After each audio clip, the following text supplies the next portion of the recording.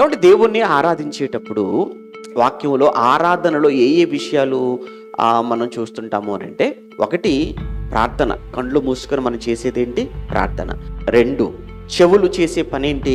ఆరాధనలో వాక్యాన్ని వినాలి. అంతేనా? ఆరాధనలో ఏమి వింటావు? చెవులు వాక్యాన్ని. నువ్వు ఆరాధనలో వాక్యం వినటం లేదంటే నువ్వు ఆరాధనలో లేనట్టు.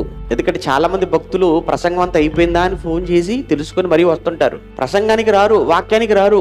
నువ్వు ప్రారంభ ప్రార్థనకు లేనప్పుడు, వాక్యం వినడానికి నువ్వు రానప్పుడు నువ్వు ఆరాధనలో ఎలా పాలు పంచుకున్నట్లు? ఆరాధనలో ఏవి ఉంటాయి? ప్రార్థన ఉంటుంది, వాక్యం వినటం ఉంటుంది, ఆ తర్వాత 3 పాటలు పాడటం ఉంటుందా? 4వది ఏంటి? ప్రభు భోజనం తీసుకుంటామా? ప్రభురాత్రి భోజనం తీసుకుంటాము. 5వది ఏంటి? కానుకలు. ఈ 5 అంశాలు ఉన్నాయా ఆరాధనలో?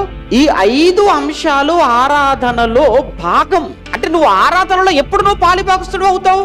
ఇలా ఈ 5 అంశాలు ఆరాధనలో ఉంటే అది సత్యముతో కూడిన ఆరాధన, వాక్య సంబంధమైన, వాక్య ప్రకారంగా నువ్వు ఆరాధనలో ఉంటున్నట్లు.